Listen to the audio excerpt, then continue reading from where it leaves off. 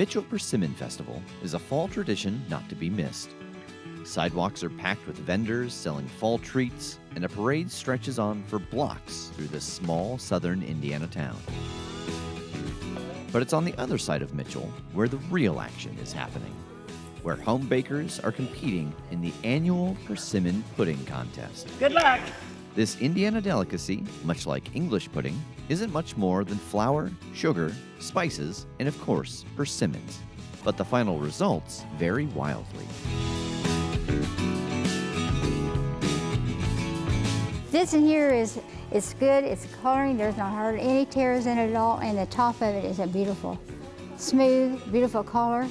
And I bet the taste is almost as delicious as the pudding looks. Alberta Hart has been involved in the Persimmon Pudding Contest for decades. She won first place in 1992 and is overseeing this year's judging. I'm looking for them to be the same size all the way around and not be lopsided on one side. I want it to be a perfect piece. And sometimes you can't have that. I don't care if you made 100 puddings, you're not going to have that.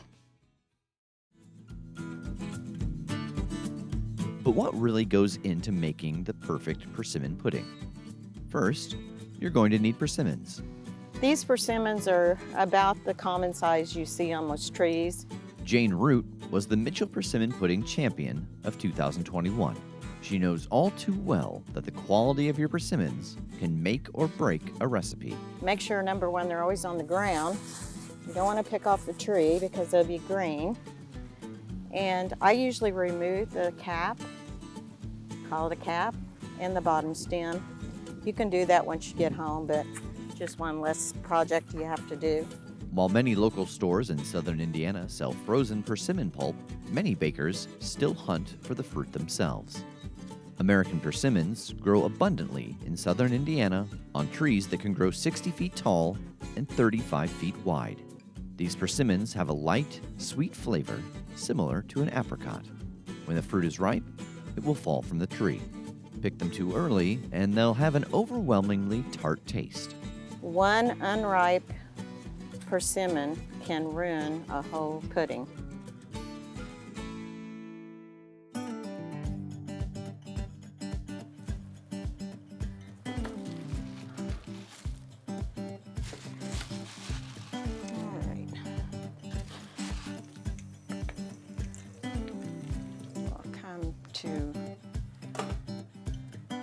And the best way to do it is just get in there and smash them.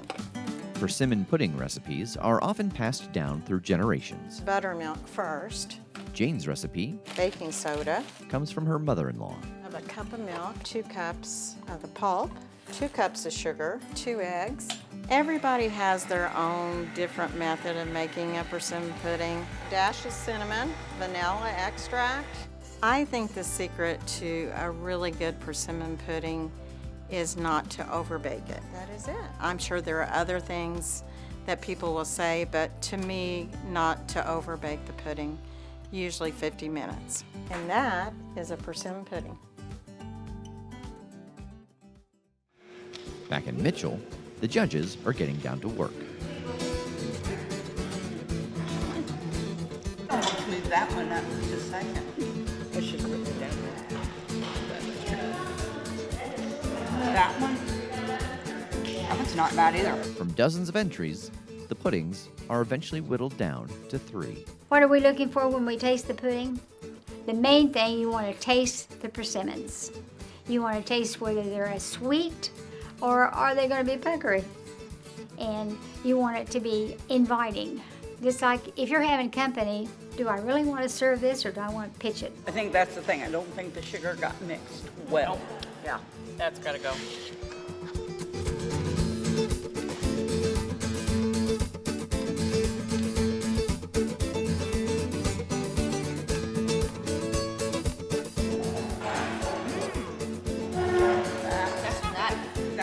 That's good. Winners are announced at the closing ceremony of the Persimmon Festival and receive cash prizes, bragging rights, and the knowledge that they're helping to carry on a Mitchell tradition. My mom used to make me persimmon puddings growing up, so When I married my husband, the property that we are on now, we have 6 trees, so it produces quite a few persimmons. I think the secret is that we have fresh, so we picked the persimmons yesterday before the contest and ran them through the colander, so we have fresh pulp, wasn't frozen, and right into the contest. It feels pretty good. I got second, so I'm not sure. I think I can enter again next year maybe and try for first. We'll see how it goes.